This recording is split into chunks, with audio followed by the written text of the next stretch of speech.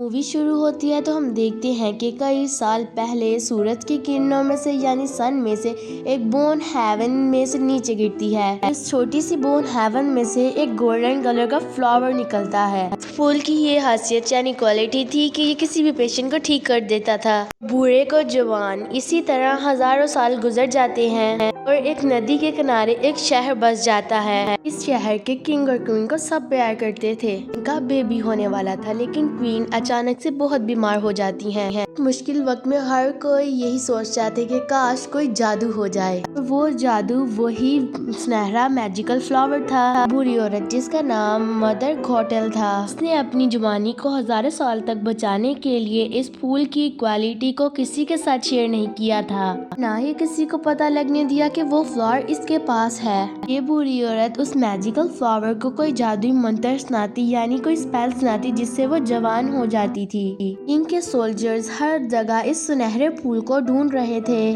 आखिरकार इन्हें वो फूल मिल ही जाता है। वो फूल ये लोग पानी में मिलाकर क्वीन को पिलाते हैं। क्वीन बिल्कुल ठीक हो जाती है। फिर एक प्यारी सी प्रिंसेस पैदा होती है। इसके बाल बहुत ही प्यारे और गोल्डन कलर के थे। इसका नाम रूपंजल होता है। अब इसकी बर्थडे पे किंग और क्वीन एक लैंटर्न छोड़ते हैं। ये वहाँ का ट्रेंड बन जाता है। अभी तक तो सब कुछ बिल्कुल ठीक होता है, लेकिन सिर्फ उसी वक्त तक। फिर वो बूढ़ी औरत घोटल प्रिंसेस के पास आती है और इसके बाल पकड़कर वही जादुई मंत्र यानी स्पेल बोलने लगती है। इस तरह से पता चलता है कि सुनहरे फूल का असर इसके बालों में आ गया है। घोटल प्रिंसेस को लेकर महल से भाग जाती है। किंग और उसके सोल्जर्स हर जगह प्रिंसेस को ढूंढते हैं, लेकिन इनको प्रिंसेस कहीं नहीं मिलती, क्योंकि एक बहुत दूर एक जंगल में घोटाल एक बहुत बड़ी बिल्डिंग में इसे अपनी बेटी की तरह पाल रही थी। इस बार घोटाल इस सुनहरे फूल को दुनिया से बचा कर रखना चाहती थी, इसलिए वो प्रिंसेस को कभी बाहर ही नहीं जाने देती थी।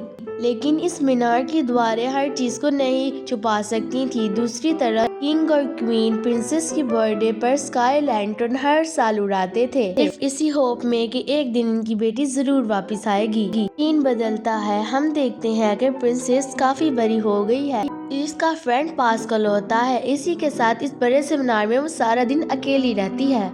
के बाद हम देखते हैं कि कुछ चोर, जिसका में से एक का नाम होता है राइडर, वो महल में जाकर प्रिंसेस का क्राउन चुरा लेते हैं, वहाँ से भाग जाता है। इनके पीछे वो सोल्जर्स भी भागने लगते हैं ताकि क्राउन वापस ले सके। राइडर वो क्राउन लेकर वहाँ से अपने दोस्तों को धोखा देकर भाग जाता है। दूसरी तरफ प्रिंसेस घोटाल से इन लैंटर्न्स को देखने की विश करती है, लेकिन वो हर बार उसे मना कर देती है। फिर हम देखते हैं कि राइडर भागता भागता इसी मीनार पे पहुंच जाता है। प्रिंसेस डर कर राइडर के सर पर फ्राई पैन मार देती है और वो इससे बेहोश हो जाता है। तभी घोटाल आ जाती है। प्रिंसेस को अपने बाल मीनार से फेंककर उसे ऊपर खींचने का कहती है। प्रिंसेस घोटाल को अपने बालों से ऊपर चढ़ाती है। रपुंज़ल अपनी बर्थडे पर स्काई लैंटर्न देखने के बजाय डिमांड करती है कि मुझे पेंट्स चाहिए। घोटाल कहती है कि पेंट्स मुझे बहुत दूर से जाकर लाने पड़ेंगे और मुझे 3 दिन लग जाएंगे, लेकिन कोई बात नहीं, मैं ले आती हूँ, लेकिन तब तक तुम अपना ख्याल रखना। घोटाल रपुंज़ल के लिए पेंट्स लेने चली जाती है। इतनी देर में राइडर को होश आ जाता है। वो रपुंज़ल को बताता है कि मैं यहाँ किसी गलत इरादे से नहीं आया, के भागता हुआ खुद को बचाते हुए इस मीनार पे चढ़ा था और यहाँ तुम मिल गई मुझे। रपुंज़ल से अपने क्राउन का पूछता है।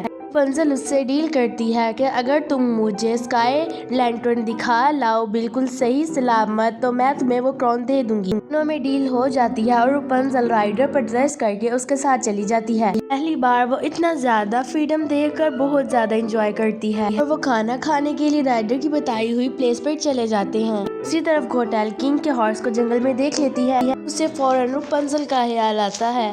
वो वापस मीनार की तरफ भागती है। रपुंज़ल को आवाज भी देती है, लेकिन रपुंज़ल मीनार में होती ही नहीं, लेकिन वो घर आके मीनार के दरवाजे की तरफ भागती है, लेकिन मीनार में तो रपुंज़ल होती ही नहीं। दूसरी तरफ राइडर और रपुंज़ल उस प्लेस में पहुंच जाते हैं। राइडर का पर्पस रपुंज़ल को इतने बड़े बड़े लोग और जीप दिखाकर डराने का था। जानता था कि रपुंज़ल इस सारे लोगों को देखकर डर जाएगी और वापस जाने का कहेगी, लेकिन यहाँ वो खुद फंस जाता है। इसके मोस्ट वांटेड के पोस्टर हर जगह लगे होते हैं। राइडर को इनाम की लालच में आकर पकड़ लेते हैं, पर उन्हें इनाम दिया जाएगा वो अपने एक साथी को सोल्जर्स को लाने के लिए भेज देते हैं। मंजिल उनसे अपने ड्रीम्स के बारे में बात करती है, कहती है कि राइडर मुझे मेरे ड्रीम्स पूरे करने के लिए लेकर जा रहा है, उसे सोल्जर्स के हवाले ना किया जाए, यानी उसे सोल्जर्स को ना दिया जाए। तुम लोगों को बिल्कुल एहसास नहीं कि ड्रीम्स पूरे ना हो तो क्या होता है। सब इमोशनल हो जाते हैं और वो सब मंजिल के फ्रेंड बन जाते हैं, से अपने अपने ड्रीम्स के बारे में बताते हैं। इतने में यहाँ पर सोल्जर्स आ जाते हैं। सोल्जर्स राइडर को ढूंढ रहे होते हैं कि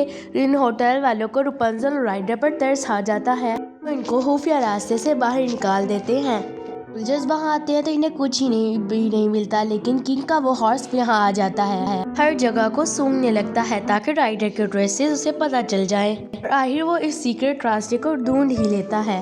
सोल्जर्स और वो हॉर्स सब के सब उस राइडर और रपुंज़ल का पीछा करने लगते हैं, आखिरकार इनको ढूंढ ही लेते हैं। तभी राइडर और सोल्जर्स की लड़ाई हो जाती है। इसी लड़ाई में नदी का बंद भी टूट जाता है और पानी सारा निकलने लगता है। राइडर और रपुंज़ल भागते हुए एक गाड़ में पहुंच जाते हैं, और इस बड़े से पत्थर की वजह से गाड़ का मुंह भी बंद हो जाता है। आहिस्ता आहिस्ता गाड़ के अंदर पानी भरने लगता है। रपुंज़ल परेशान होती है कि उसकी वजह से राइडर भी खतरे में पड़ गया है। राइडर से सॉरी करने लगती है। यहाँ राइडर उसे अपना रियल नेम बताता है, मेरा रियल नेम यूजीन है, और रपुंज़ल भी बताती है कि मेरे बाल मैजिकल हैं। जब मैं गाती हूँ तो ये चमकने लगते हैं। रपुंज़ल वही मैजिकल स्पेल गाने लगती है तो केव में रोशनी ही रोशनी हो जाती है। इस रोशनी की वजह से वो उस केव से बाहर निकल सकते हैं।